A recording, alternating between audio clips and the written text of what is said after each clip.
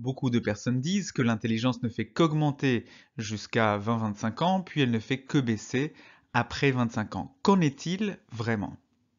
Bonjour à tous, je suis Luc Martranchard, psychologue clinicien spécialisé dans la détection du haut potentiel, du syndrome d'Asperger et du TDAH. Et je suis le créateur du site bilan-psychologique.com. Dans cette vidéo, je ne vais parler que d'intelligence cognitive, c'est-à-dire du quotient intellectuel, et en particulier des différentes composantes de cette intelligence cognitive. L'une d'entre elles, c'est la vitesse d'exécution des tâches. Quand on regarde les données du test de QI pour adultes, on s'aperçoit qu'il y a un pic entre 20 et 30 ans, puis il y a une diminution après. Ce qu'il faut savoir cependant, c'est que chaque capacité cognitive peut être entraînée, un peu comme un muscle. Et donc, il est possible de maintenir le niveau de cette vitesse d'exécution des tâches au fil du temps, voire même de l'augmenter. Et c'est le cas des autres aptitudes cognitives que je vais évoquer maintenant. Une autre composante de l'intelligence cognitive, c'est le raisonnement logique. Et il y a un pic vers 25 ans, puis une diminution progressive à partir de 25 ans. Je vais maintenant parler de la mémoire à court terme, et plus précisément de la mémoire de travail, c'est-à-dire non seulement la capacité à retenir des informations pendant quelques instants et à les restituer telles quelles, mais aussi la capacité à mémoriser des informations quelques instants et à les transformer mentalement avant éventuellement de les restituer modifiées. Pour cette mémoire à court terme, le pic se situe entre 18 et 35 ans, puis les capacités de mémoire à court terme ont tendance à diminuer. Parmi les tests qui composent le test de quotient intellectuel, il y a un test qui évalue les capacités mathématiques et en particulier le calcul mental. Et il y a un pic entre 30 et 45 ans, puis une diminution à partir de 45 ans. En fait, les compétences intellectuelles qui augmentent pendant le plus de temps dans la vie sont les connaissances générales et tout ce qui est en lien avec le langage.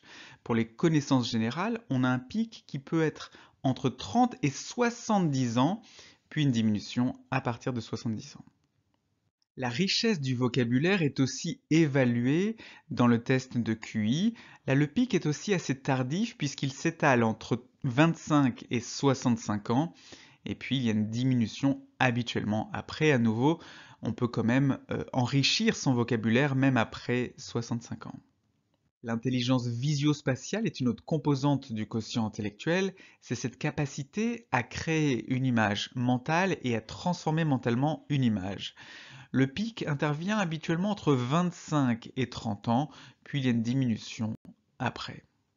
Dans le test de QI, il y a un test qui évalue à la fois l'intelligence visio-spatiale et la coordination visio-motrice, c'est-à-dire la capacité à coordonner les mouvements des mains à des informations visuelles. Là aussi, le pic est entre 25 et 30 ans, et puis il y a habituellement une diminution après. Une autre capacité qui est évaluée dans le test de QI, c'est la capacité à faire des classements. Plus précisément, ce qu'on appelle la pensée catégorielle, la capacité à partir d'un mot à savoir à quelle différentes catégories ce mot appartient, et donc à faire des classements de mots. Le pic est assez précoce puisqu'il intervient entre 20 et 25 ans, et puis il y a habituellement une diminution après. En résumé, c'est vrai que beaucoup d'aptitudes cognitives atteignent un pic vers 25 ans, à part tout ce qui est lié aux connaissances et au langage. Mais toutes ces aptitudes, je me répète, peuvent être entraînées et développées bien après 25 ans.